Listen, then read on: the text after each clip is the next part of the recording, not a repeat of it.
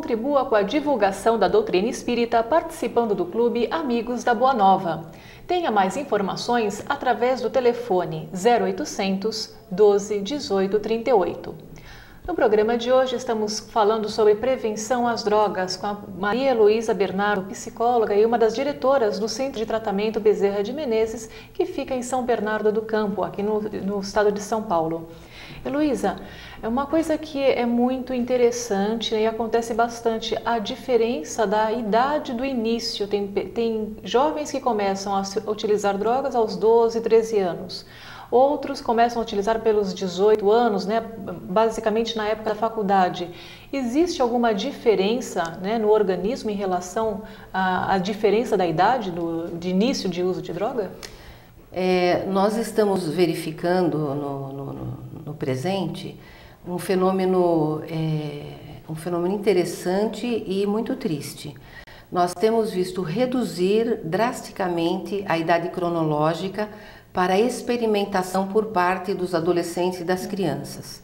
E esse fenômeno envolve, inclusive, a questão de que não existe classe social predominante.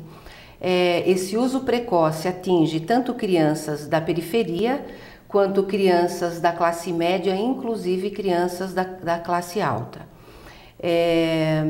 A pergunta que você faz é assim: existe diferença com relação ao início da idade, o início do uso? Existe. Quanto mais cedo a criança experimenta, ou quanto mais cedo o indivíduo experimenta, maiores serão as consequências negativas para a pessoa. Por quê? Porque quanto menor a faixa etária, maior a vulnerabilidade física, porque essa criança não teria ainda o seu organismo atingindo o desenvolvimento completo. E a substância psicoativa, ela age em primeiro lugar no cérebro, no sistema nervoso. Então, quanto mais cedo a criança experimenta, maiores serão as possibilidades dela desenvolver abuso ou a síndrome da dependência, que é quando a doença já está instalada. Né? Mas de qualquer forma, em qualquer idade que a pessoa inicie o uso, se ela evoluir para uma condição de abuso ou dependência, ela vai ter graves prejuízos. Né? E até assim, abordando essa questão que você traz, mesmo aquelas pessoas que usam substância psicoativa, como por exemplo o álcool, que é uma substância lícita, ele pode ter seríssimos prejuízos, porque o que mais mata pessoas nas estradas e no trânsito são os acidentes causados pelo uso do álcool.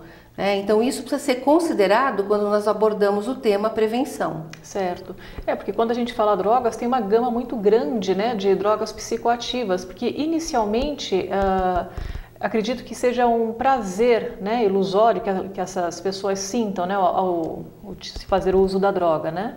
E depois, como que fica este dito prazer?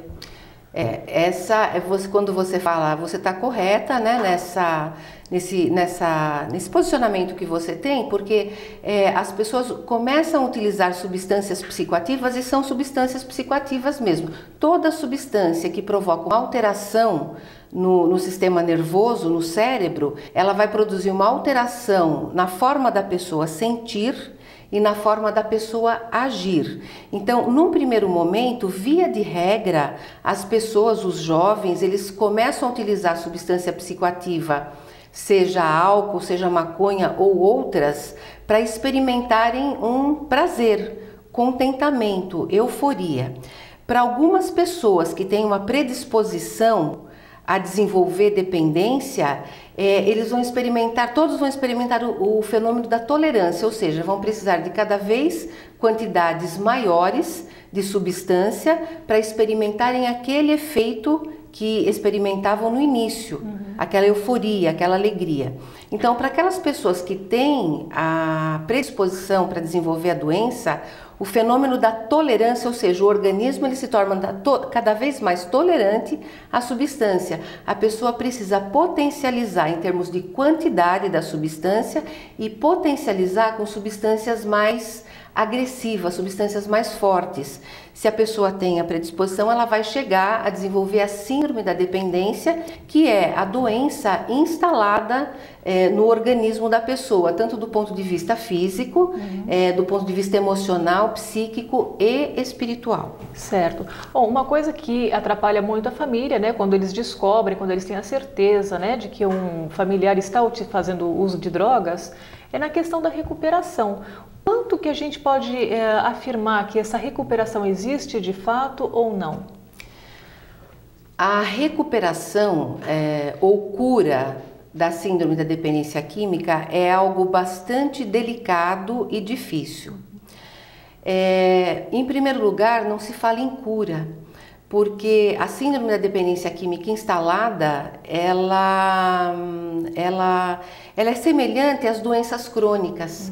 Né? Uma vez instalada a síndrome, a pessoa não tem como se curar no sentido de poder usar com segurança. Então a pessoa vai precisar, no processo de recuperação, em primeiro lugar, estar abstinente das substâncias psicoativas, condição que para o dependente é muito difícil, porque é uma doença de negação. Por mais que a pessoa utilize a substância, ela sempre nega através da minimização, através da racionalização ou através das projeções. Por exemplo, o que é uma minimização? Aquele que bebe, ele diz que ele bebe só um pouquinho, que aquilo que ele bebe não faz mal. Certo. Através da projeção, essa negação através da projeção, como é que se dá? Então ele vai dizer que ele bebe ou que ele usa porque ele é uma pessoa que é sozinha, que é uma pessoa abandonada, que ele tem problema no trabalho, que o chefe o incomoda, então ele bebe por isso. E a racionalização é justificar o uso com argumentos racionais, tipo assim, não, eu bebo, mas todo mundo bebe. Quem não bebe hoje em dia?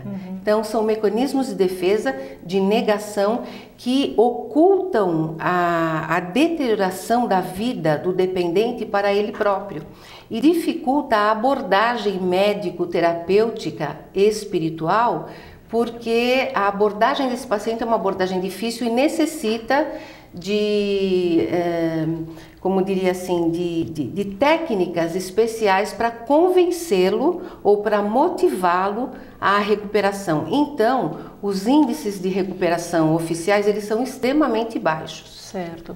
Bom, a gente vai falar um pouquinho mais então desses mecanismos de defesa no nosso próximo bloco. Fazemos uma pausa e voltamos já já.